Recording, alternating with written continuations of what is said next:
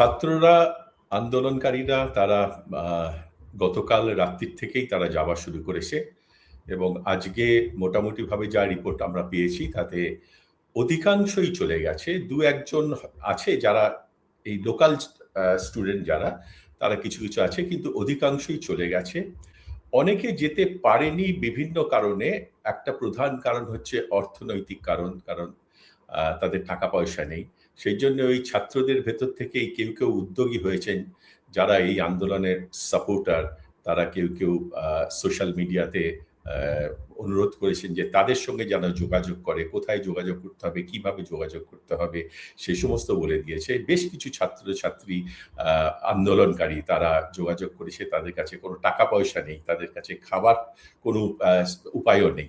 সেইজন্যে এই যুবকদের তারা সংগঠিত করছে নিজেদেরকে, যারা বাইরে থেকে এসেছে, বিভিন্ন জায়গা থেকে এসছে, উত্তরপ্রদেশ, রাজস্থান, হরিয়ানা, মহারাষ্ট্র, বিহার, তাদেরকে ফেরত যাওয়ার বন্দোবস্ত করছে, টিকিট কেটে দেওয়ার বন্দোবস্ত করছে এবং কিছু যাতে খেতে পারে সেই জন্যও তারা টাকা-পয়সা দিচ্ছে, খাবার-দাবারের বন্দোবস্ত করছে।